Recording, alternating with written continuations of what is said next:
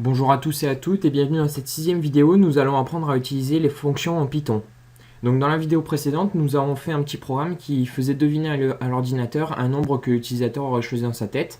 Et on aurait pu par exemple améliorer ce programme en vérifiant à chaque fois que l'utilisateur saisisse bien O ou N.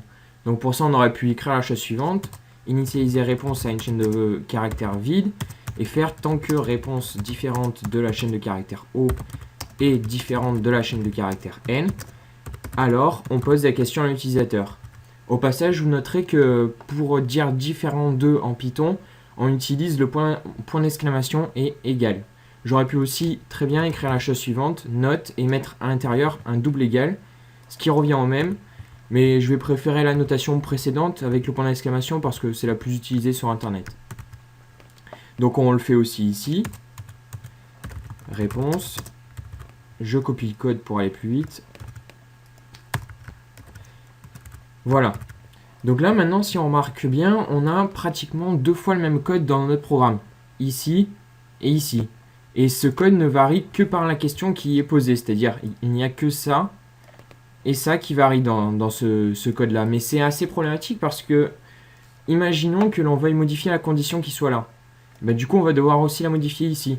Bon, là, ça va, on n'a que 2 endroits où on a à peu près le même code, mais si on avait 15 fois ce code-là dans notre programme, on devrait faire la modification 15 fois, ce qui peut être pénible parce que déjà, c'est long, c'est fastidieux, et puis on peut faire des erreurs quand on modifie. Donc, c'est vraiment quelque chose de pénible. Et donc, pour ne plus avoir ce problème-là, on peut utiliser en programmation ce qu'on appelle les fonctions. Les fonctions, c'est des sortes de petits programmes, de programmes dans le programme. C'est des sous-programmes, on peut dire en quelque sorte. Et ces fonctions, elles vont fonctionner comme un vrai programme, c'est-à-dire qu'elles vont prendre en entrée, elles vont avoir des entrées, qu'on va appeler paramètres, et des sorties. Donc, pour nous, par exemple, dans notre programme, on pourrait faire une fonction qui a pour but de poser une question à l'utilisateur et de vérifier si sa réponse est O ou N. Donc, pour ce faire, par exemple, on va commencer par initialiser notre fonction, la définir. Donc, pour ça, on va aller en haut du programme, on va taper le mot-clé def, qui veut dire define, définir en français, qui va faire comprendre à Python qu'on est en train de définir notre fonction. On va lui donner un nom ensuite à cette fonction, qu'on va appeler oui/non par exemple, et on va lui dire les entrées qu'on veut, donc les paramètres. Et pour ça, on ouvre une parenthèse. Donc nous, on va avoir besoin juste d'un paramètre qui va être la question que l'on va poser à l'utilisateur. On met 2 points, entrée, et là on voit qu'il y a une indentation qui s'est ajoutée, et cette indentation-là, ça veut dire que toutes les instructions qui auront cette indentation vont faire partie de la fonction. Ensuite, on doit écrire le corps de notre fonction, c'est-à-dire ce qu'elle fait. Donc pour ça, on a juste à copier les lignes qu'on avait écrites tout à l'heure.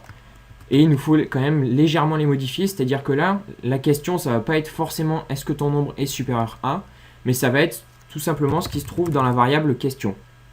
Et ensuite, une fois qu'on a la réponse de l'utilisateur, on va la retourner.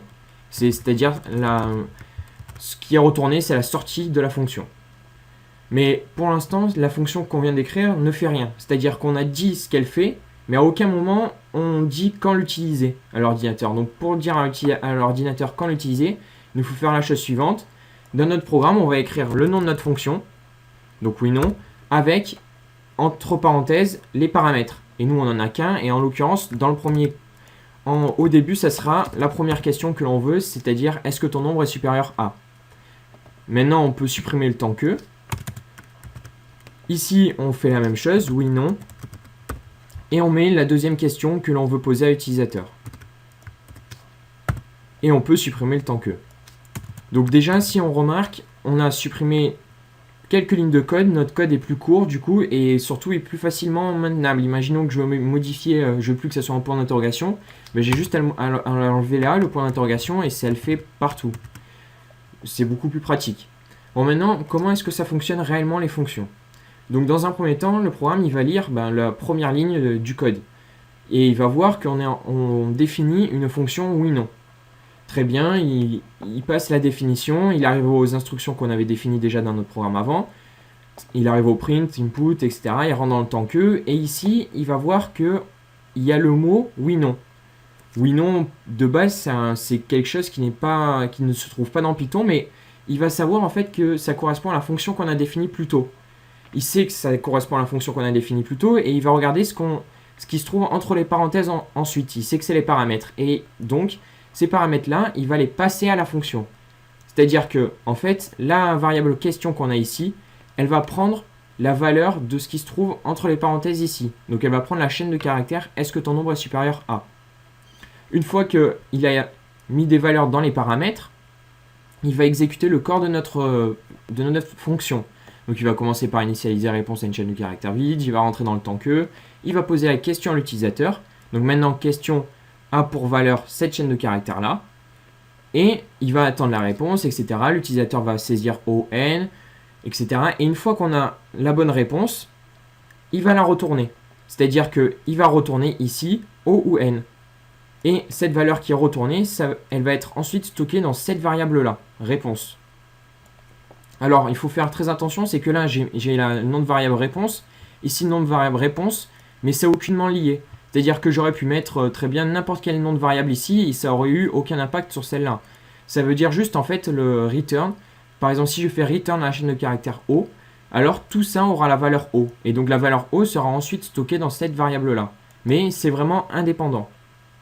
Pareil ici. Ici, on a re-appelé la fonction oui/non et on lui a passé en paramètre une autre question qui est est-ce que ton nombre est plus la borne inférieure.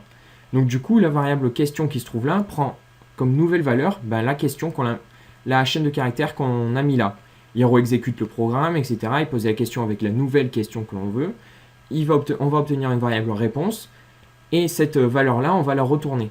Par exemple, si l'utilisateur maintenant a saisi la chaîne de caractères n, toute cette partie va valoir la chaîne de caractères n. Et cette chaîne de caractères n sera ensuite stockée dans cette variable réponse. Donc là, on vient de voir à peu près le fonctionnement de base d'une fonction. Et si on se rend bien compte, en fait, on avait déjà utilisé plein de fois les fonctions. Par exemple, input, ici, c'est une fonction. Elle prend en paramètre une chaîne de caractères et elle va afficher cette chaîne de caractères-là, plus attendre une saisie d'utilisateur. Print aussi, c'est une fonction. Int, c'est une fonction qui prend en paramètre une variable et qui va la transformer en un nombre entier. Etc. str aussi est une fonction. Donc en fait, on avait déjà utilisé plein de fonctions sans s'en rendre compte. Bon, maintenant, en fait, pour être clair, les fonctions, ça a plusieurs avantages. Premièrement, le premier avantage, c'est que ça évite de dupliquer du code. Ça enlève les redondances. Et donc, du coup, d'une part, le code va être plus court, et d'autre part, il va être plus facilement modifiable. C'est-à-dire qu'on aura besoin de faire une modification plus qu'à un seul endroit. C'est un deuxième avantage, c'est que ça va nous permettre de diviser notre programme en plein de petits sous-programmes. C'est-à-dire de diviser notre problème en plein de petits sous-problèmes. Et il est plus facile de résoudre plein de petits sous-problèmes plutôt qu'un gros problème d'un coup. Donc ça va nous permettre de résoudre plus facilement nos problèmes. Et le troisième avantage, c'est qu'on va pouvoir réutiliser très facilement les fonctions. Par exemple, si dans un autre programme, j'ai besoin d'utiliser notre fonction oui/non, hop, j'aurai juste à la copier, à la coller dans un autre programme. Même s'il existe encore une manière plus simple de faire, j'aurai juste à la copier dans un autre programme, à appeler la fonction, et c'est fini. Alors que si j'avais pas les fonctions, il aurait déjà fallu chercher dans le code, par exemple, la partie qui serait intéressante et qu'on voudrait réutiliser, et modifier, par exemple, les noms de variables, etc., qui pourraient changer selon le programme. Donc déjà, les fonctions, ça a trois avantages. Bon, maintenant qu'on a vu le fonctionnement de base des fonctions, on va essayer de voir encore d'autres choses pour mieux comprendre encore comment ça fonctionne. Donc moi, je vais créer un petit programme de test que je lance dans idle. Voilà. La première chose à savoir, c'est la portée des variables. Alors par exemple, on peut essayer de créer une fonction que l'on va appeler périmètre et qui va nous donner le périmètre d'un rectangle. Donc on utilise le mot-clé def, le nom de la fonction, on va l'appeler périmètre, et elle prendra en paramètre la largeur et la longueur de notre rectangle. Donc vous avez pu remarquer que là on a deux paramètres, et pour faire comprendre qu'on a deux paramètres, on les sépare par des virgules. Ok, très bien. Et le périmètre de ce rectangle, on va le stocker dans une variable, par exemple valeur. Donc le périmètre d'un rectangle, c'est 2 fois la largeur plus la longueur. Voilà. Et imaginons donc que l'on veuille utiliser le programme. Par exemple, on pourrait faire périmètre et on met une largeur au rectangle, donc 10, 20. Et on veuille récupérer la valeur et donc on fasse ensuite print valeur. Qu'est-ce qui se passe si on lance notre programme ? Et on voit qu'on a une erreur. Alors, pourtant, c'est bizarre, la variable valeur, on l'a définie ici, et quand on veut l'afficher là, ça ne fonctionne pas. Et bien ça vient de la portée des variables. En Python, par défaut, les variables qui ont été définies dans une fonction ne sont accessibles qu'à l'intérieur de cette fonction-là. C'est-à-dire que la variable valeur, je ne pourrais y avoir accès, c'est-à-dire la modifier, etc., que par des instructions qui se trouvent dans la fonction. Si je veux y accéder une fois que je suis sorti de la fonction, je ne peux pas. Donc il faut avoir conscience de ça. Par exemple, maintenant, si je veux récupérer vraiment la valeur de la fonction, il faut que je la retourne. Je fasse return valeur. Et là, cette valeur-là, par exemple, si on a saisi 10, 20, le périmètre, ça va être 60. Donc valeur va avoir la valeur 60. Ça vaudra 60. Et cette valeur-là, il faut la stocker dans une variable qu'on peut appeler valeur. Mais je vous l'ai déjà dit, le nom que l'on donne ici, il n'est aucunement lié au nom qui est là. Je peux l'appeler Perry. Parce qu'il ne faut pas trop mettre le même nom de variable que le même nom de fonction. Et là, si je fais print Perry, ça fonctionne. J'ai bien 60. Donc, première chose à savoir, c'est la portée des variables. Il y a quelque chose d'assez spécial en Python. C'est que, par exemple, je peux faire la chose suivante. Ne pas mettre de paramètres. La largeur et longueur, je ne mets pas de paramètres. Et je mets largeur égale 10 et longueur égale 20. Et je relance le programme. Et là, j'ai bien 60. Parce qu'en fait, en Python, les variables qui sont définies dans la fonction ne sont pas utilisables en dehors, mais les variables qui sont définies avant la fonction, c'est-à-dire en dehors de la fonction, mais avant, sont utilisables dans la fonction. Donc là, j'ai défini largeur et longueur en dehors de la fonction, mais avant, c'est-à-dire avant qu'elle soit appelée. Donc, dans ma fonction périmètre, je vais avoir accès à ces variables. Mais je vous conseille très très fortement de ne pas utiliser les variables qui sont en dehors. C'est-à-dire que si vous voulez avoir accès à la largeur et à la longueur, il vous faut les passer en paramètres. C'est d'une part, c'est surtout parce que ça va être beaucoup plus lisible quand on va lire votre code. Si par exemple là on voit une variable largeur, une variable longueur, mais qu'on ne les voit pas en paramètres, on va devoir les chercher partout dans votre code et ça va être beaucoup plus compliqué. Alors que si vous les passez en paramètres, c'est beaucoup plus clair et pratique à utiliser. Donc je vous conseille vraiment de passer les variables en paramètres. Et retenez bien la chose suivante, c'est que les variables définies dans la fonction ne sont pas utilisables en dehors. Ça, c'est quelque chose de très important. Donc, si vous voulez faire communiquer des variables qui sont dedans avec des variables qui sont dehors, il vous faut retourner ces valeurs-là grâce au mot-clé return. Donc là, on vient de voir la portée des variables. Il nous reste une dernière petite chose à voir qui n'est pas très importante, mais qui est bien de voir, c'est les paramètres par défaut. Donc imaginons que l'on crée une fonction qui s'appelle info, qui prendra en paramètre par exemple un prénom et un pays, et que donc cette fonction affiche ensuite tu t'appelles plus le prénom et tu habites en tu habites en plus le pays. Voilà, cette fonction, on va l'appeler. On va par exemple passer en paramètre mon prénom, Lucas, et le pays France. Et ensuite, on va par exemple l'appeler une deuxième fois avec le prénom Pierre, le pays encore qui serait France, et une troisième fois avec Tom, et le pays qui serait Angleterre, par exemple. Voilà, donc si on teste, on va voir qu'à chaque fois, pour chaque appel, ça affiche le prénom, puis le pays. Voilà. Mais là, par exemple, imaginons que dans 90% des cas, ça soit France, le pays. Ça serait pénible de mettre à chaque fois France, France, France, France, alors qu'on est sûr dans 90% des cas que c'est France.